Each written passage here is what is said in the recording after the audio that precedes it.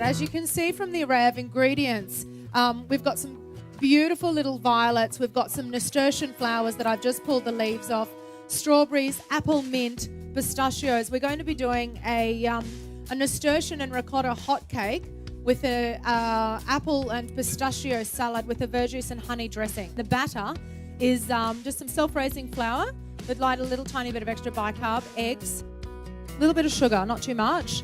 Yolks went in with the melted butter and buttermilk. So buttermilk's fantastic, or sour milk, or milk with a little bit of vinegar if you're making pancakes or hotcakes or pikelets, because it keeps it really, really light.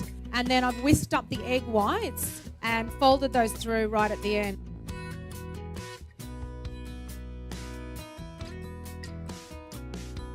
But look how lovely they're rising, and that's ideally what you want. I love my pancakes. I don't like those flat ones. I like pancakes with a little bit of, fluffiness in them that have got a bit of height to them. All I'm going to do for the dressing is just mix that zabibo and a little bit of honey. If you've got some wild honey, that would be just gorgeous. Strawberries, and then I've added the apple mint, as Meredith was talking about the apple mint. If you've got spearmint, you could use spearmint. If you've just got normal mint, you could do that as well. And then just let that sit in there together, and then we're going to garnish it with the pistachios, and some of these beautiful little violets are just going to pop in that salad, and then we'll just use a few of these just to garnish on top. What we'll do is we'll get Simon in. Simon's going to go through a few other wines other than the zabibo. Okay, Simon, take it away. The simplest thing that you can do is really, if you like drinking a certain wine with a certain food, just do it. But just think about one or two of the flavours in the food that you're doing, and then just think about one or two of the flavours in the wine.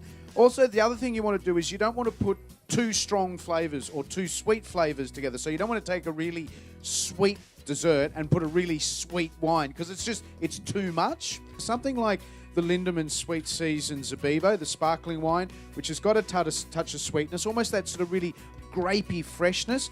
But the most important thing, it's got a little bit of acid at the back. So that'll cut through the sweetness, and that'll work perfectly with this. Particularly if you're going to be using the verjuice in the actual dressing. Exactly. Because verjuice is not quite as heady as vinegar, but it's still got that crisp acidity because it's made from very green grapes. Yeah, and it's got just an edge of sweetness to it, so it's not... Yep. You kind of use it instead of lemon juice or vinegar. Now, you could most certainly top this with a little bit of fresh cream, or some more if you wanted to. If you didn't want to put ricotta into the little hotcakes, you can whip up ricotta in your food processor with a little bit of honey and some milk, and it is just delicious. It comes out really smooth and creamy instead of using cream. And I think that's pretty much about it. Bon appetit and happy gardening. We've given you all of our little tips. Cheers. Yeah. Thanks very much, lovely. Thank you.